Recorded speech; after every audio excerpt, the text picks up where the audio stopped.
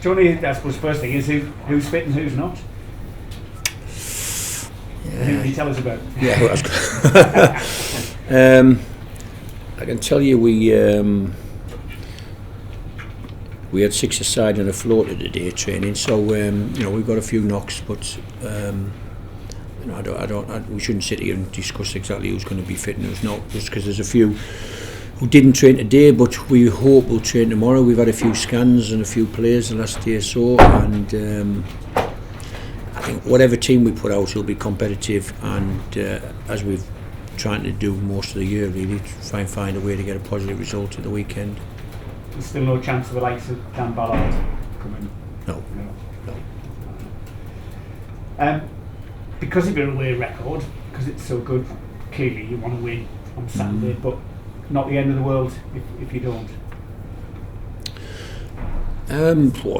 My mentality is just go and take each of these 2 games individually, really, and try and win them both if we can. But I think it's a good game. I think it's going to be a tight game. I think what are them 14 unbeaten, and somebody told me the other day that we've got 9 unbeaten, 5 draws, 4 wins. It's going to be tight, I think. What I know is that the stadium light will be bouncing. We've got to try and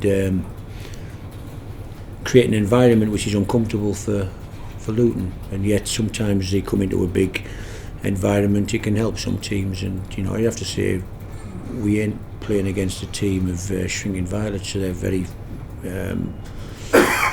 robust, very strong physical team. That record, the fact that I don't know how many points, 11 or 12 points they finished in front of us, they'll come with a level of confidence. We only played them 7 or 8 weeks ago at home. We drew 1 each. Tight game. I think for us there is a contrast of styles, a contrast of physicality, but we have to play to our strengths on the day and try and impose our game on them, and I'm sure we will be doing exactly the same. How much do you think the experience of playoffs might count in your favour? I mean, not just last year, but some of the guys have had 2 or 3 playoff campaigns recently. Yeah, they had one last year as well. You got Luton Town. It's sometimes easy to have a narrative of Little Luton, you know what I mean? But they were in the playoffs last year as well. So they'll have the experience of the playoffs. They'll be disappointed they didn't get through in the playoffs last year, but they'll be trying to put that right this year. Our lads, I think these games, they're all big games. It's the mentality of our group has been, because of the injuries, because of the adversity of most of the season, really, is just to go and express ourselves, play as we play, and do what we're good at, and see where it takes us. And I don't see a reason to change that. I think this weekend, the game looks after itself as a big game. The coverage, it's post the season. So go and express yourself. Go and show everybody who's watching your individual talent, your collective talent, and let's see if we can get a result against a team who've done exceptionally well. It's not an accident to go 14 games unbeaten in the Championship, and and as I said 7-8 weeks ago when we played them, you could feel they were difficult to break down. They were very strong, very robust, very athletic team. At times leaving man for man at the back and pushing right in, and with a high press, and it takes you out of your rhythm, really. And it's going to be a difficult game, and I think all of these games you shouldn't look at 90 minutes on Saturday, even though even if we're winning, losing, drawing, there's another 90 minutes, and you rightly said our away record recently is probably a lot better than our home record, and so we shouldn't fear a draw or even a tight defeat. It's we will try and win, of course, but our away record has been very good of recent. Do you have any holidays booked? I'm guessing you didn't expect to be. No. I've got kids. I've got one doing his A levels. I've got one doing his GCSEs. There's full on revision in our house, so there's no holidays for them. They've got to get their head in their books. Is the best thing for my kids. Tony, you looked in the interview you did straight after the game on Monday, you looked almost like shocked that things had sort of turned around so quickly. Have you had a chance to sort of take in what you and the team have achieved up until this point? I know you're going to say there's still a bit to go, but in terms of what you've done in this last couple of months of the season. I don't think I was shocked. I think I was soaking wet right down to the bone, to be honest. I stood in the rain for 90 minutes getting absolutely saturated. None of my staff got me a coat. No, listen, I think because of the nature of the way the injuries have sort of piled up, and they've all been long-term injuries, and they've all been one on top of the other, really, in pretty crucial areas of the pitch, and it's been a frustrating spell for us. With, you know, we've talked about losing Ross early in the season, losing goals, and yet we found a way to just. I don't know whether somebody told me the other day we've got the fourth most goals scored, so goals hasn't really been a problem for us with the players that we've got, and yet we're sitting here now going to play against a pretty physical, strong, direct team who are very, very connected and work extremely hard for each other without really any central defenders, and I just think it's. I hope it's gelling us together. You know, the adversity of it, bringing the team tighter together, because it's not ideal to be playing against teams like we played against Watford the week before the weekend there, and Preston, a pretty physical, direct team, scored a lot of set plays. I think the team are enjoying the fact that we can try to find a way, even though last home game we lost 2 goals from 2 direct headers from their corners, but trying to find a way to stay in games and trying to find a way to win games, and I think they're enjoying that. The individuals we've got at the top end of the pitch have got a remit to express themselves and to get on the ball and make things happen, and they're doing just that. They've the weekend probably epitomised that, didn't it, with Diallo and Clark and Pritchard, all scoring individual goals. You talk about the injuries at both ends. Are you the only fit centre half in the club? Yeah, it's just about, I think. Yeah, we've got young Joe Anderson we took from Everton on loan. I don't want to expose him to such big games at this moment. He's a young boy that, if we didn't want to integrate him into the club, we might have let him go out on loan. We had some inquiries on that day. We signed him on the last day to take him on loan, but I wanted him to get to know the lads and gel into the football club, and I think it's probably unfair. He's got a few substitute appearances as he did at Preston, but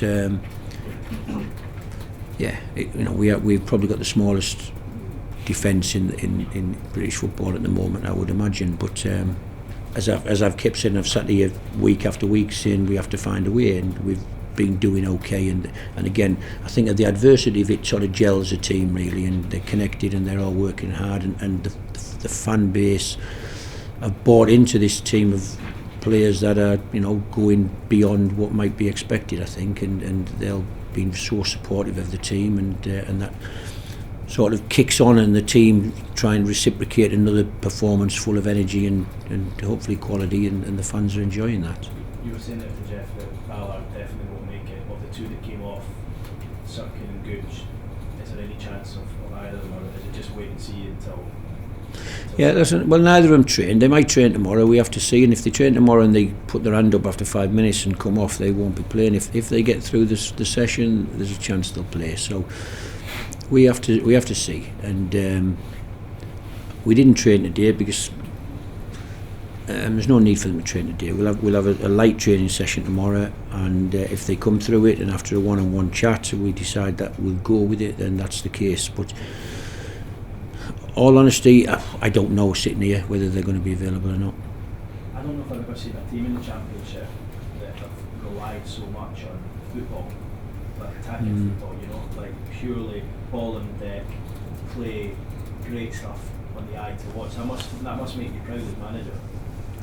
Yeah, and listen, but there's a narrative about that. There's a lot of managers out there as well, and at times I've been one of them, that there's no right way or wrong way to play football. So you can be the most direct team in the world, and I've never take a short goal kick. Every set play goes in the opposition's box. Fill your team full of 6'5" players, and if you win football matches, that's all right. They're not breaking any rules. You have to play how you play. And I've been not forced to, but the injuries have dictated that we have to be good with the ball. We have to keep the ball on the pitch, on the grass. Let's not have a game that stop-start, loads of free kicks, loads of long throw-ins, loads of putting the ball in the box from anywhere. It's and they've all bought into that, to be honest. And so we try and play as quick as we can, get the ball moving, and when you've got the talent of some of the players that we've got, it can look easy on the eye sometimes. But football's all about the players, and we've got some players who are technically very gifted, and so I put them in the team because we need to keep the ball. I'd have to say, sitting here right now, if Ballard and Elise and Stewart and even Embleton's and Sirkins and all these players that have been on the list, there's a fair team. This team would look a lot different, because I'm very conscious that some teams are quite strong at putting the ball in your box and are very good at set plays, and the best way to nullify that is having your own big 6'4" guys who can head a ball and want to defend and want to block things and get first touches on corners coming into your box. So but what we've got is what we've got, and we play a style of play that is trying to emphasise what we've got on the pitch. Just last one from me on the fans, because it looked an amazing occasion on Monday down at Deepdale. Yeah. We've actually just been along at the stadium just now. There's hundreds of fans there queuing for general admission tickets. We spoke to a couple who'd flown in from Canada just so they can be in the game on Saturday. Yeah. There seems to be, I don't know if you'd call it an expectation, maybe just an excitement given what you guys are producing. Yeah, listen, isn't that what football's about? An excitement. The fans are excited. You want your supporters to enjoy it. Since I've came to the club, every single away game has been sold out everywhere you go, whether it's a huge 6,000 allocation behind one goal or a tiny little allocation in a corner, it gets sold out. And at the Stadium of Light, it hasn't. We haven't scored freely at the Stadium of Light and win week in, week out. We have to work hard as a club to try and find the answers to make that work and to make that the environment on match day at home, to try and get it so that it feels like it's on fire and intimidating for the opposition. Really, at this moment, I think we can improve the feel of the Stadium of Light, and that obviously comes from trying to do the right things on the pitch, and then from the stands, it helps the players on the pitch play with adrenaline, intensity, quality, and there's a connection there. We've managed to find that, in plenty of games this year, but probably not enough at home, and that's an improvement for us, I think, moving forward into next season. Tony, the injuries have created opportunities, and people have come in and taken those opportunities. Pierre Acquois, maybe another one who's done that. How impressed are you with somebody who hadn't played a great deal of first-team football, that he can put in performances like that? Yeah, I don't think he'd played any first-team football before he came, to be honest, and we had lots and lots of chats. I'm sure Pierre will be put up in front of you at some stage, and he'll no doubt tell you about the manager moaning at him about intensity, tackle, put your body in, you're 6'2", let somebody feel your weight in a challenge one day, please. And because he's got a wonderful feat, he's a lovely footballer. He fits perfectly into our team. He can manipulate the ball. It's amazing to see what modern day footballers, how fast their feet are now. They can flick it round the back and scoop it with their heel into a different direction. It's amazing the things they can do with the football. But he just needed the transition from under-23s football, where it was probably a bit easy for him. He was probably the kingpin in West Ham's under-23 team, winning the league, getting to the Youth Cup finals and blah blah blah. Come into the Championship and people actually tackle you and run fast and stick their body in, and men barge into you because they want to win football matches, and it took a few weeks, maybe a month or so, for him to understand that we needed him to show intensity in training, because I'm a big believer that your habits are what create the footballer on the pitch that you see on match days, really. So he had to kick a few of our players basically and get his body in and play with intensity in some of the drills we did in the small-sided games, and I think now it's second nature to him. And some of our more fragile players stay away from him in training because they know he might kick them. So he's been amazing, to be honest, and he's such a nice kid. I'm delighted for Pierre, to be honest. Yeah. Because of the injuries and the situation, there has been adversity you've had to overcome.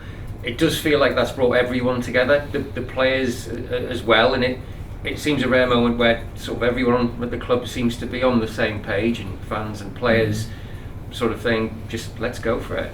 Yeah. It's a plan. You could be in a dressing room giving the chat if you want. No, listen. I think that there's a feel-good factor at the club at the moment. And it only comes about through trying to put in hard work on the pitch and trying to find a way to win football matches, and then the players feel the warmth from the fan base, and they give even more if that's possible, and it just keeps rolling. And this moment we're in a decent place, but we haven't achieved anything really other than it's not been a season as a struggle. It's been a season of hopefully of enjoyment for them, because first and foremost, people who pay hard money and come and watch football matches should be entertained, and they should enjoy going to the football. So, I've been in football a long time. It can become a burden on you, I suppose, if you feel you have to go to that football match. You've got your season ticket. God, do I have to go and watch that again? Gee, because I hope it hasn't been like that this year. I hope they've enjoyed the games, and even the games we've lost, they've seen a team striving and trying to improve and get better, and that's what we're doing really. The incremental improvement of every player in the team is what we strive for, and that has to go on into next season and the years beyond. Every football club should be looking for continual improvement in all aspects of what you do, and that's what we ask them to do. It's not always as simple as that. The words sound, that sounds quite good, incremental improvement. It's difficult when you've got a player like Roberts or Diallo who is so special with the ball. I can't teach him how to do drag backs and flicks through his leg, and the checks and the twists and the turns they do with the ball, but I can scream at them to get back and put their body on the line and block shots and get over there. And generally the last thing I always say to the team before they go out is, the most talented of yous work harder than the rest, and if everybody's working that hard, we've got a chance to win. You feel when the great players walk back, it's not their fault. They do all the dribbling and the shots and the creating, but it's not their job to run back and tackle anybody.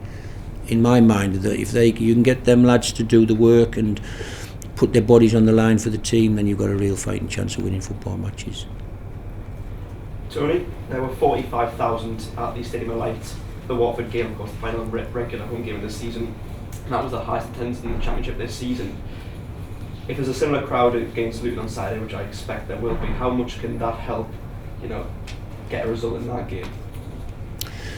Yeah, I hope so. I think I try and balance the context of a young side really, and the pressure and the expectation of such a huge crowd, and yet we want the huge crowd. These players, as I've said earlier, it's a journey for them really. The journey is, if they want to play in the Premier League one day, where the average attendance over the whole season of the Premier League is mid-40,000s, so they're going to play at 75,000 at Old Trafford in one of them games, they have to be able to deal with it, and so it's part of the learning curve for them. And as long as the supporters see a team that is working hard and running and fighting and chasing for the red and white shirt, I think they'll forgive every now and then a missed opportunity, or losing a header from a set play with a guy 7 foot jumping above our 5'10" guy. So I think as long as we're giving everything, it's great, and we will be trying our very best to reward the fans with their loyalty this season by trying to win a couple of games over the next few weeks. So you mentioned the Premier League there and the step up, obviously, and it's a very young side, and they've had a lot of adversity this season. But if you were to go, do you think you're capable of making that jump up to the Premier League? It's not something that we've even discussed, to be honest. I think there's a humility about the group as well, and I think I talk to people sometimes about humility being the seed of growth. I think you have to know that you have to get better. You have to know that your vulnerabilities are there. You aren't the finished article. None of them are the finished article. They all have to keep working. And so we're miles away from being able to compete in the Premier League as we sit here today, in my mind, when you watch the Premier League every week. And yet we went to Fulham, who at the time was 6th or 7th in the Premier League, and drew one each and scored a marginally offside goal that would have won us the game later on. So can we compete? We can compete with the talent that we've got, and yet over 38 Premier League games, that's very, very difficult. because if Man City stick 6 past you and then you play Liverpool the week after, or Man United, and they score 5, it becomes a cerebral issue. You know, your confidence gets knocked, you mentally fought hard, and then you play somebody who on another day you might expect to beat, but they beat you at home, and all of a sudden you think, wow, we look at the next 4 fixtures and it's Tottenham, it's Chelsea, it's Arsenal, and then it's West Ham, and you think, where are you going to win a game from? And so young players, it's a learning curve for us really. I think we're focusing on these 2 football matches starting on Saturday, then we'll focus on the Tuesday. Let's see what the outcome is. If we have got 1 more game to play, we'll focus on that, and I would say from my perspective, I'd let other people at the club run around and worry about what would happen if we won 3 games, the next 3 games, regarding recruitment and how much money we would spend and where the players were going to come from. I just need to focus at this moment on us trying to be competitive in these games. And funny, just looking at yourself, obviously you've been in football an awful long time, but what have you learned from this season in management, and how does it compare to some of your other successful seasons? Football's moving on super fast. I think, you know, my first managerial job, even I'd been coaching for 3 or 4 years in 2004 at Hibs, and football's moved on hugely since then with everything really, with the analysis and the sports science, the speed of it, everything. And how does this compare? I've enjoyed every year I've ever managed, I think, all different.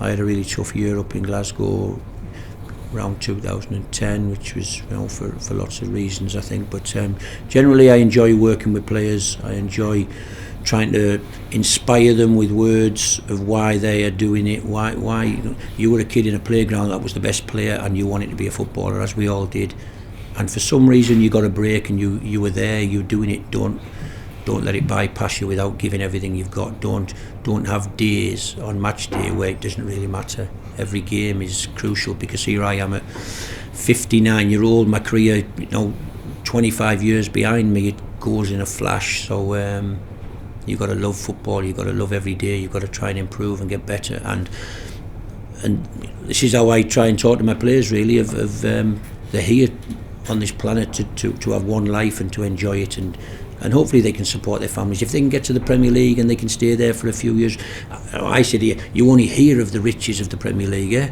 Wouldn't it be great to go and see it for yourself and to touch it and to feel whether you can compete against Man United or Arsenal or Man City, and then you can tell your kids and your grandkids one day. So there's the little stories, the little motivations for the team really, to make sure they give everything and leave no stone unturned really on their quest to get to where we want to try to get to.